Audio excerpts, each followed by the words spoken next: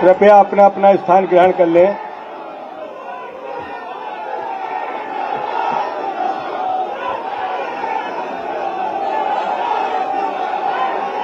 सभी साथी अपना अपना स्थान ग्रहण कर लें।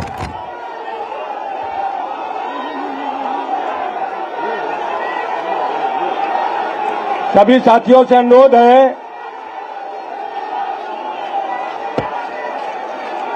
कि आप लोग अपने अपने स्थान पर बैठने का कष्ट करें।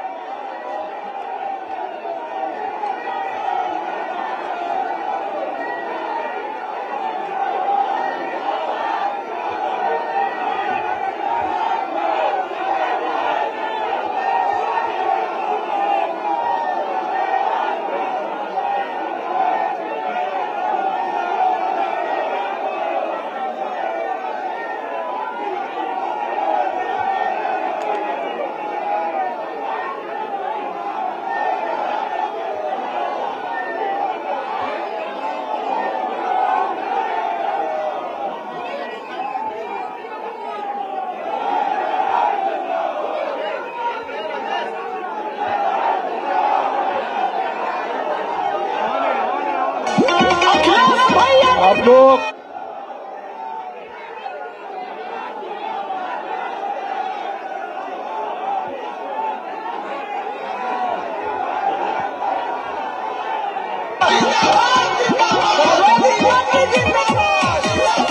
ये संत कबीर नगर के जिला अध्यक्ष जी जहाँ हो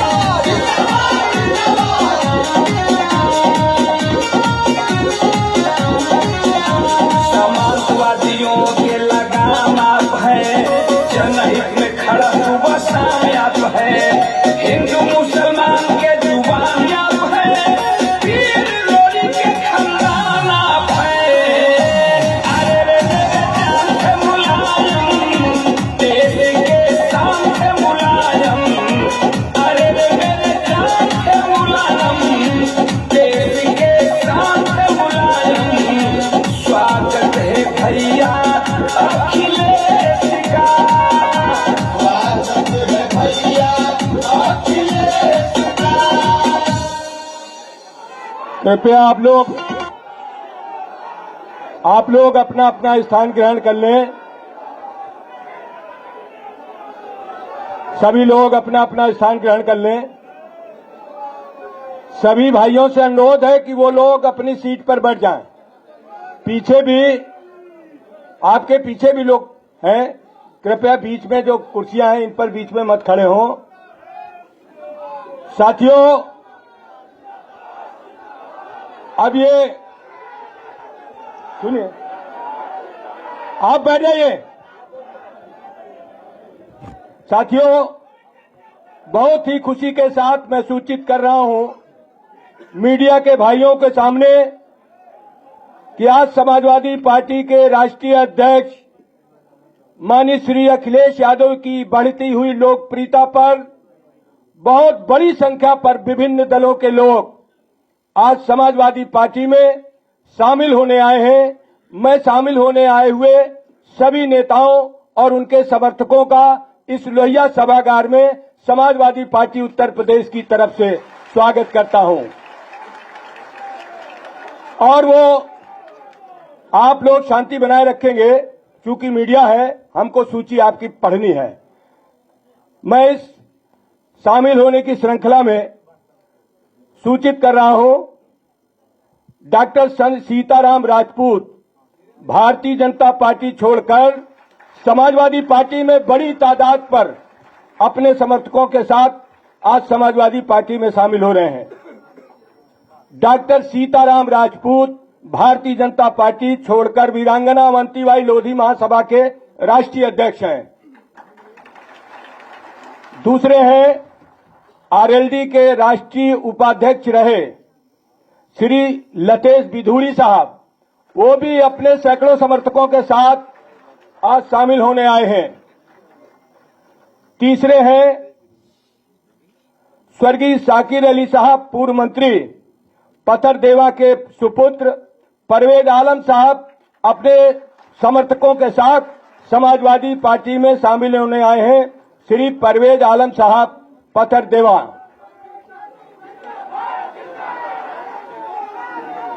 श्री अगले, शांति रहिए, अगले नेता का नाम मैं प्रस्तुत कर रहा हूं, श्री इलियास अंसारी साहब, कुशीनगर, बहुजन समाज पार्टी छोड़कर अपने हजारों साथियों के साथ समाजवादी पार्टी आज ज्वाइन कर रहे हैं। 3 महीने की छुट्टी पे थे, 3 महीने की छुट्टी पे गए थे। कितने महीने की? अगले नेता है पूर्व विधायक श्री सुभाष चंद्र श्रीवास्तव जी, जो जनता दल यूनाइटेड छोड़कर समाजवादी पार्टी में शामिल हो रहे हैं। श्री सुभाष चंद्र श्रीवास्तव, पूर्व विधायक।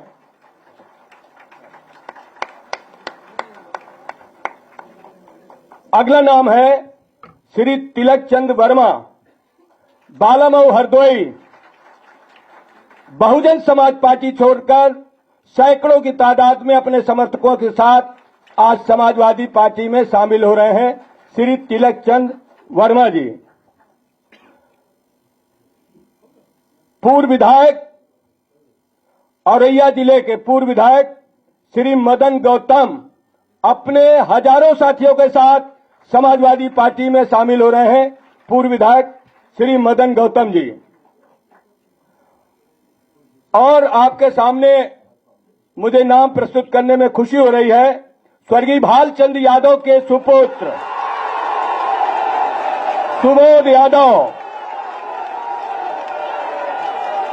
सुबोध यादव अपने साथियों सहित समाजवादी पार्टी में शामिल होने आए हैं। हम उन सबका समाजवादी पार्टी में स्वागत करते हैं। आप सभी से ये अनुरोध है, समय भी काफी हो गया है। हमारे आप सबके नेता, इस देश के नौजवानों के नेता, किसानों के नेता, गरीबों के नेता आदरणीय अखिलेश यादव जी हैं। आप सबकी तरफ से मैं चाहता हूं उनका भी जोरदार तालियों से आप स्वागत करें।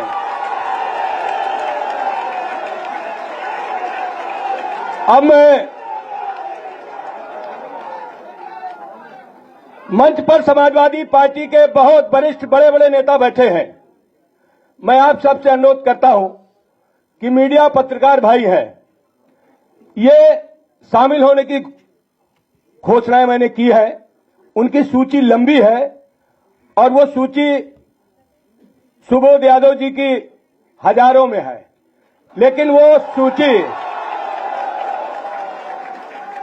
डॉक्टर सीताराम जी, लतीश बुधोड़ी जी, वसीम राजा जी, श्री परवेज आलम साहब, इलियास अंसारी जी, सुभाष चंद्र श्रीवास्तव जी, तिलक चंद वर्मा जी, मदन गौतम जी, इनकी भी सूची बड़ी लंबी है। वो सूची मैं मीडिया के सामने जरूर प्रस्तुत कर दूंगा, इसलिए समय बिना गंवाए मैं अनुरोध करता हूं श्री सुभाष चंद्र श्रीवास्तव पूर्व विधायक जी से वो हमें संक्षिप्त शब्दों में मीडिया भाइयों के सामने अपनी बात रखें। पूर्व विधायक सुभाष चंद्र श्रीवास्तव।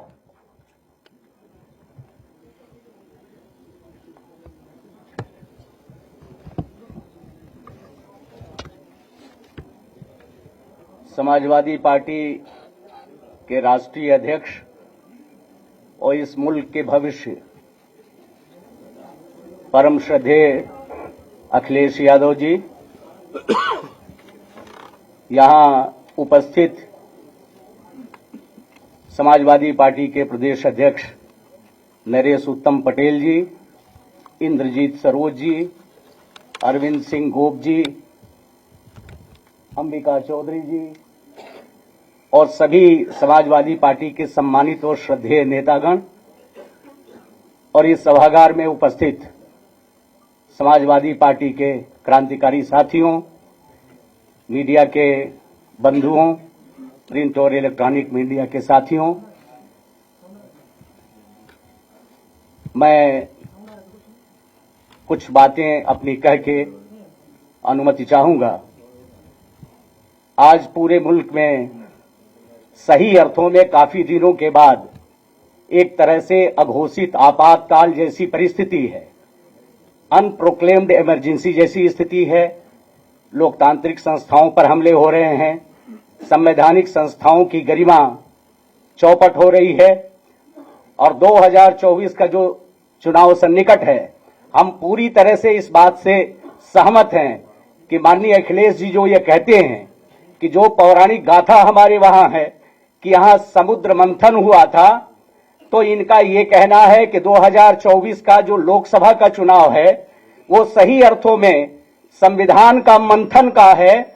ये 2024 इस मुल्क के मुस्तकबिल को तय करेगा। इस मुल्क में लोकशाही रहेगी, जमहूरियत रहेगी कि नहीं रहेगी, ये 2024 के चुनाव का परिणाम तय करेगा। तो मैं आपसे कहना चाहता हूं कि जो लोग इस देश में जागरूक हैं, जो नागरिक जो 70-75 वर्षों के आजादी के बाद के दिनों में जिन्होंने तमाम अधिकार अर्जित किए थे, आज वो अर्जित जो उनके जनाधिकार है वो खतरे में हैं, वो सभी खत्म किए जा रहे हैं। और कोई लंबी बात मैं नहीं कहना चाहता, मैं इतनी जरूर कहना चाहता हूं कि आज जो विवेकवान लोग हैं उनको माननीय अखिलेश जी की अपील को पूरी शिद्दत से लेनी चाहिए और संविधान मंथन के इस अभियान में उनको खड़ा होना चाहिए समाजवादी पार्टी के साथ। इस देश में लोकशाही रहेगी, इस देश में जमहूरियत रहेगी, तो इस देश में अकलियत हो, पिछड़ा हो, मजलूम हो, डाउन ट्रॉडन हो, उसके हकों की रक्षा होगी। और आज जो पीडीए का इन्होंने नारा दिया, मैं आपसे कहना चाहता हूं कि हम सभी लोग डॉक्टर राम मनोहर लोहिया के स्कूल ऑफ थॉट के लोग हैं और आज समाजवादी आंदोलन ही इस मुल्क को उबार सकता है वर्तमान चुनौतियों से। इसलिए मेरे जैसा आदमी भी इस बात को समझा।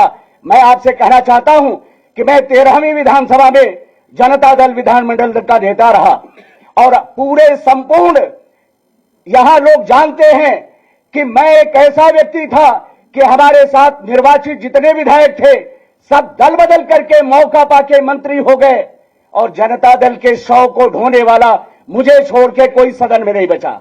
आज मैं आपसे कहना चाहता हूं, उसी संकल्प के बदौलत आप सभी के बीच में मैं इसे उद्घोषित करना चाहता हूं कि हमारा संपूर्ण जीवन समाजवादी आंदोलन को खाद पानी देने में लगेगा, अखिलेश जी को स्थापित करने में लगेगा। अखिलेश जी के सामर्थ्य में वृद्धि के लिए जो मेरे पास सर्वोत्तम है सबकी आहुति मैं दूंगा। आपको बहुत बहुत धन्यवाद। अब मैं अनुरोध करता हूं माननीय राष्ट्रीय अध्यक्ष श्री अखिलेश यादव जी से कि वो अपनी बात रखें। आदरणीय अखिलेश यादव जी।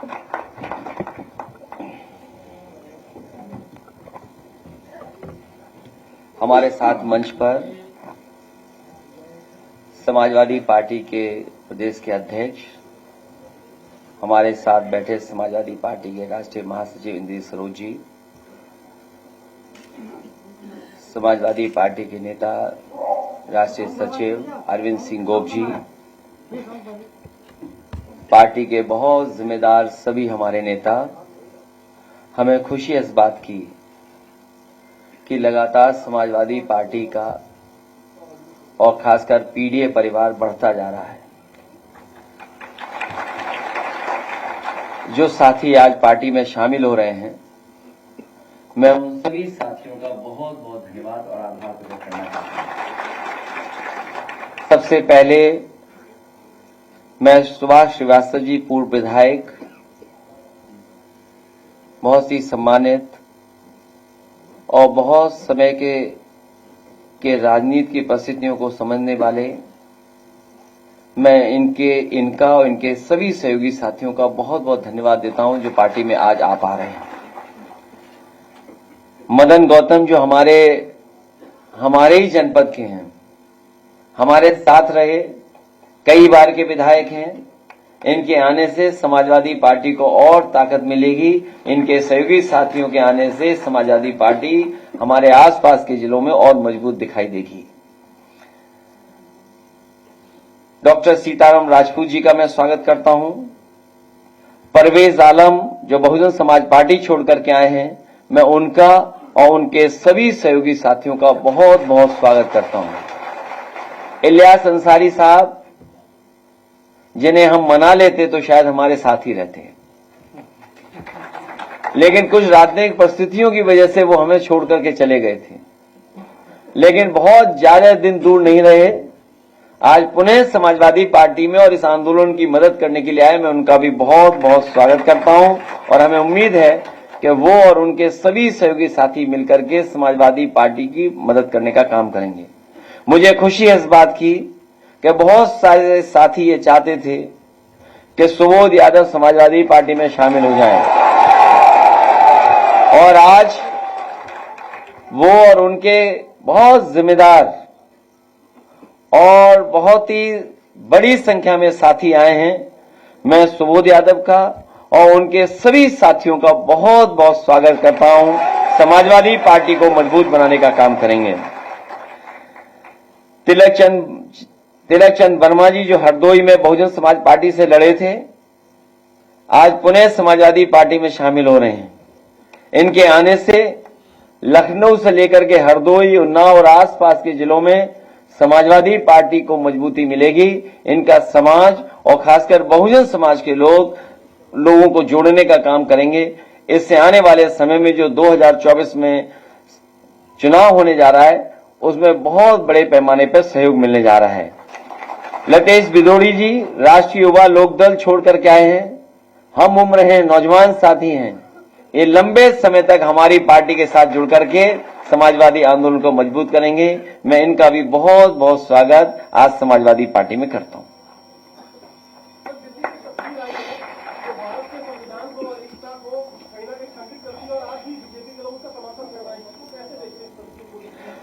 मैंने तस्वीर नहीं देखी, लेकिन अभी पूर्व विधायक सुभाष श्रीवास्तव जी जो बात कह रहे थे कि ये संविधान बचाने का चुनाव है, लोकतंत्र बचाने का चुनाव है, आरक्षण बचाने का चुनाव है, अपना सम्मान बचाने का चुनाव है। और अगर हम कहें कि अपनी आजादी बचाने का चुनाव है, तो जिस तरीके से कभी मंथन हुआ था, ये समुद्र मंथन की बात जो हुई है कभी, ये संविधान मंथन का समय है। एक तरफ वो लोग हैं जो संविधान की रक्षा करना चाहते हैं, दूसरी तरफ वो लोग हैं जो संविधान को खत्म करना चाहते हैं।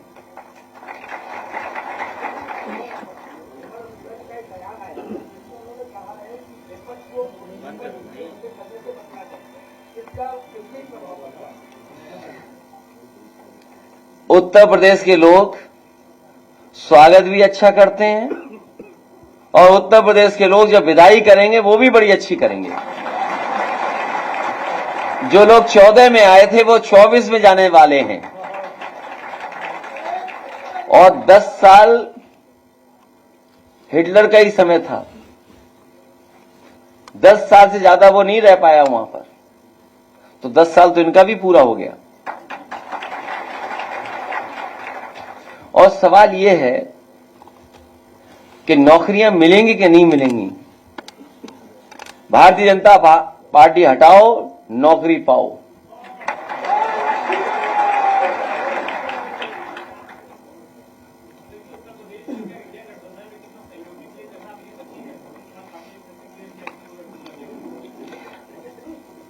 जिसका दाना उसका गाना। प्रेस के लोग आप भी बचिए।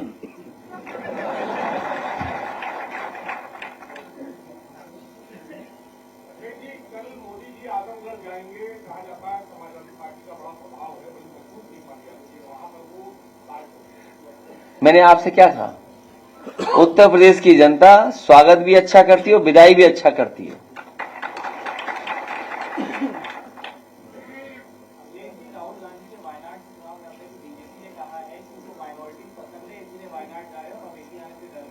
और मैं तो ये कहता हूं माइनॉरिटी सबको पसंद करना चाहिए। जो कमजोर हो, जिसके साथ अन्याय हो रहा हो, उसके साथ खड़ा होना चाहिए सबको। और प्रेस के साथियों, आपको भी खड़ा होना चाहिए। कल आप कमजोर होगे तो आपके साथ कौन खड़ा होगा? जब आपके लोग जेल जाते हैं तो समाजवादी लोग खड़े होते हैं आपके साथ। आप भी हम लोगों के साथ खड़े होइए।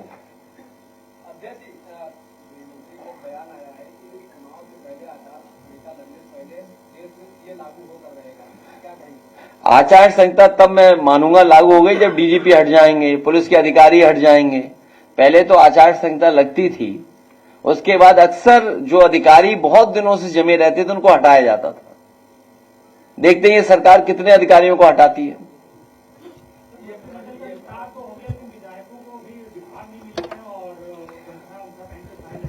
जब तक विभाग मिलेगा और प्रमुख सचिव को अपॉइंट कराएंगे तब तक चुनाव आ जाएगा।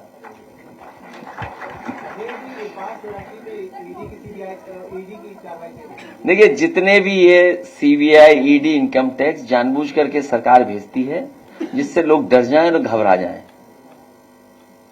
और फंसाने का काम करती है।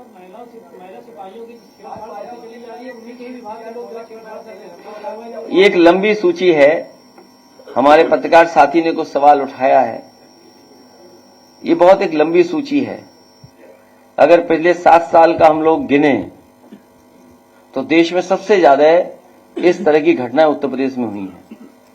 और जहां साथी हमारा एक कह रहा था, होम मिनिस्ट्री के ऊपर कोई सवाल पूछा जा रहा था। ये होम मिनिस्ट्री की जिम्मेदारी बनती है कि समय समय पर स्टेट गवर्नमेंट्स को भी चेक करें कि उनके यहां क्या हो रहा है। अगर पुलिस ही भक्षक बन जाएगी, जिनसे हमें उम्मीद है कि न्याय मिलेगा, अगर वही अन्याय करेंगे तो आप न्याय के लिए कहां जाएंगे? तो ये जो घटनाएं बढ़ी हैं, ये पुलिस हेडक्वार्टर से लेकर के और थाने तक की घटनाएं, आप इस बारे में जानकारी कर सकते हैं। सबसे ज्यादा उत्तर प्रदेश में है। जिस तरीके से जब से बीजेपी की सरकार आई है, दिल्ली में 1 लाख, पूरे उत्तर भारत में 1 लाख किसानों ने आत्महत्या की है। सोचो, जिस देश में 10 साल में 1 लाख किसान आत्महत्या करता हो, जहां पर यह बताया गया हो कि आय दोगुनी हो जाएगी। यहां जितने लोग बैठे हैं सब किसान परिवार के हैं। किसान परिवार पूछ रहे हैं कि उनकी आय दोगुनी कब होगी, और किसान के बेटे ये पूछ रहे हैं उन्हें नौकरी रोजगार कब मिलेगी। जो एमएसपी के लिए लड़ रहे हैं किसान, क्या सरकार एमएसपी लागू करेगी? समाजवादी ये भरोसा दिलाती है कि 80 हराओ, एमएसपी लागू करवाओ और उसका कानूनी अधिकार पाओ। सर, एमएलसी चुनाव होने वाले, क्या कैंडिडेट्स में भी पीडीए की झलक दिखेगी? पीडीए की झलक अगले 50 साल तक दिखेगी आपको।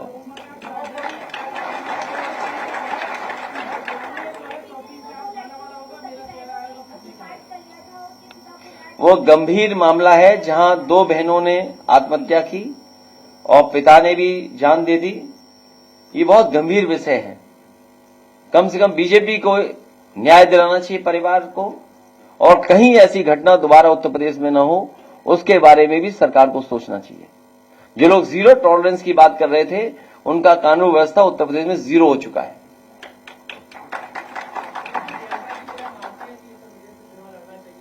किसको? मैं तो चाहता हूं आप भी कोई सभासद का चुनाव लड़ लो। अब चुनाव सभासद का है ही नहीं तो क्या करें हम, बताओ। ये कोई बात हुई? अरे किसी लीडर और पॉलिटिकल पार्टी तय करेगी, हम क्यों तय करेंगे? अब हम कहेंगे मुख्यमंत्री जी को चुनाव लड़ना चाहिए, ये कोई बात हुई? अब मुख्यमंत्री जी अगर लड़ना चाहे तो बताओ।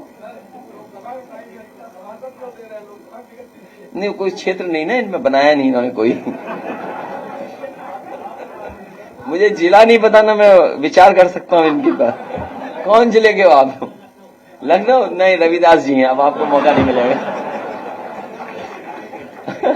रिजर्व सीट है, मोहल्ला लो, कैसे दे दूंगा?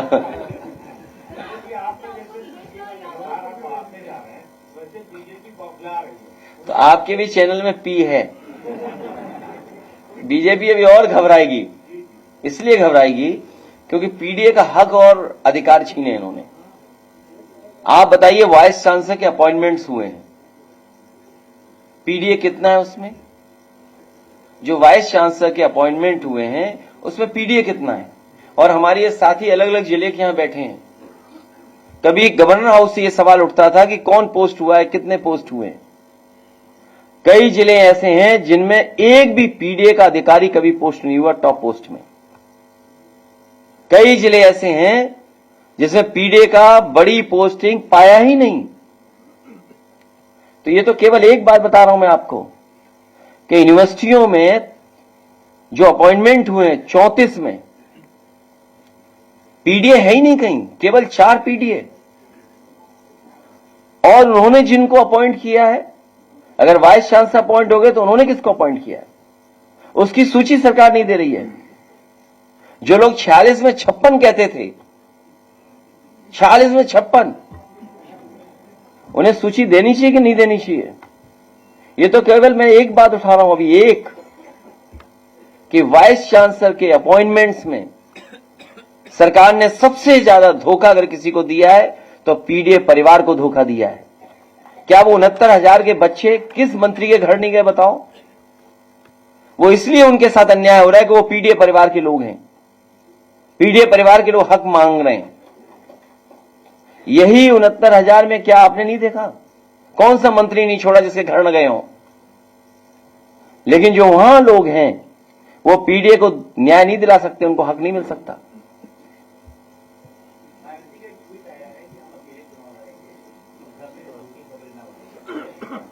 मैं उनको बहुत धन्यवाद देता हूं।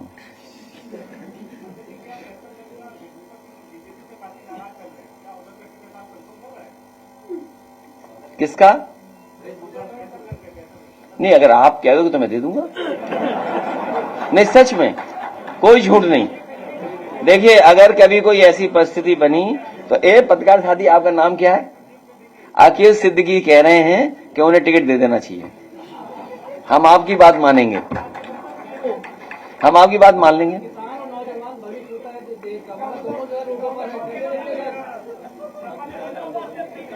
भाई, हमें टिकट का कैसे बता दूं? अभी ये कांग्रेस वाले पूछे, आप बीजेपी की पूछो, मैं क्यों तय करूंगा टिकट किसी दूसरी पार्टी का?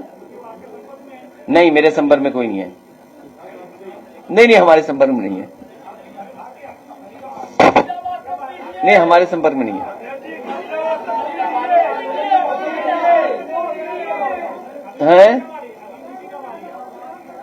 बहुत जल्दी आ जाएगी, बहुत जल्दी आ जाएगी, बहुत जल्दी आ जाएगी, बहुत जल्दी आ जाएगी, वो भी बहुत जल्दी दे देंगे।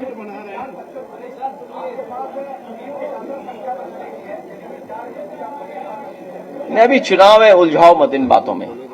चुनाव है, अभी चुनाव में जाने दो। बड़ा लोकसभा का चुनाव है, ये लड़ाई बाद में लड़ी जाएगी।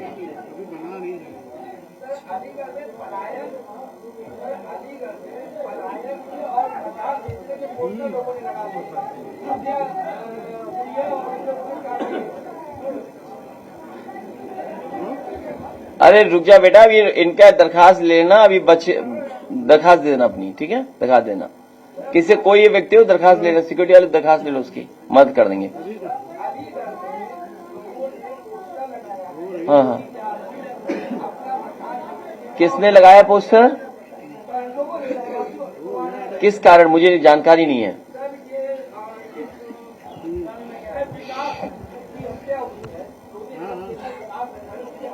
ये हमें जानते होंगे, हमारे कुछ अलीगढ़ के लोग बैठे हैं, वो जानते होंगे बात को। पुलिस कहां कार्रवाई कर रही है, पैसा दे दो कार्रवाई कर देगी पुलिस। ये कोई नई बात बता रहे हो क्या आप ये बताइए, बलिया में अंबिका चौधरी जी बैठे हैं यहां पर, एक व्यापारी ने लाइव अपनी जान दे दी, याद है आपको? कुछ सूदखोरों से उसने पैसा लिया था, और जब पैसा नहीं दे पाया, कुछ दे दिया कुछ नहीं दे पाया, उसका भी उसने वादा कर दिया, उसकी जमीन घर मकान लिखाना चाहते थे, मजबूरी में वो लाइव आकर के उसने अपनी जान दी, याद है? हाँ, जबरदस्ती लिखवाया, उसके घर मकान ले लिया, जिसके कारण उससे अपनी जान देनी पड़ गई। अभी इलाहाबाद में मैंने सुना है, इलाहाबाद की घटना है, एक यादव परिवार जिसने कुछ पैसा लिया था, पैसा वापस कर दिया, कुछ बचा था उस पर इतना इंटरेस्ट लगा दिया, इतना इंटरेस्ट लगा दिया और इतना अपमानित किया, वो घर जाकर के उसने फांसी लगा ली। और थाना और पुलिस मदद उसकी कर रहा जो हत्यारा है, जिसकी वजह से हत्या हुई है। कोई नई बात बता रहे हो आप? पूरी पुलिस पैसा ले रही है, ये बात मुझे बोलना चाहिए। इतना करप्ट, इतनी करप्ट पुलिस कभी नहीं हुई होगी, और इतना करप्शन उत्तर प्रदेश में कभी नहीं हुआ होगा जितना भारतीय जनता पार्टी की सरकार में चल रहा है। क्या आप कल्पना कर सकते हैं, लखनऊ में सड़क में कितना गहरा गड्ढा हो गया था, बताइए आप तो देखने गए होंगे, कितना है? नहीं, कितना गहरा गड्ढा था। वो तो गाड़ी बच गई, उसने ब्रेक टाइम से लगा लिए। नहीं, वो गाड़ी यूं लटकी हुई थी, याद कीजिए आप। हाँ, और आप सोचिए,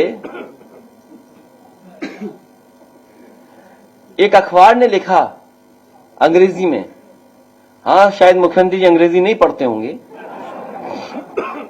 उस अखबार ने लिखा कि sinking roads indicates stinking corruption. सोचिए आप, एक अंग्रेजी अखबार प्रतिष्ठित लखनऊ का लिख रहा है कि इसलिए हो रहा है क्योंकि भ्रष्टाचार है। अब मुख्यमंत्री जी ने नहीं पढ़ा हुआ क्योंकि अंग्रेजी में अखबार ने लिखा था। ये बात मैं नहीं कह रहा हूं, ये अखबार कह रहा है, और आप में से साथी बैठे होंगे, उन्हीं के अखबार की खबर पढ़ रहा हूं मैं। तो सोचो, लखनऊ में इतने गहरे गड्ढे हो रहे हो, पूरे उत्तर प्रदेश में गड्ढे गड्ढे कर दिए सरकार ने। और कब? जब 40,000 करोड़ से ज्यादा गड्ढा मुक्ति में पैसा खर्च किया है सरकार ने, 40,000 करोड़ से ज्यादा, सोचिए आप। और दूसरों की ईडी सीबीआई, ये पूछ रहा था हमारा पत्रकार साथी, ईडी सीबीआई इनकम टैक्स, कभी कभी कुछ विभाग हटा देने चाहिए, हमेशा के लिए खत्म कर देने चाहिए। जैसे नेताजी ने कभी चुंगी खत्म की थी, इसी तरह कुछ विभाग हमेशा के लिए खत्म हो जाने चाहिए। वो सरकार में लाओ तो बताएंगे, सरकार में लाओ तो पता लग जाएगा एक ही दिन में।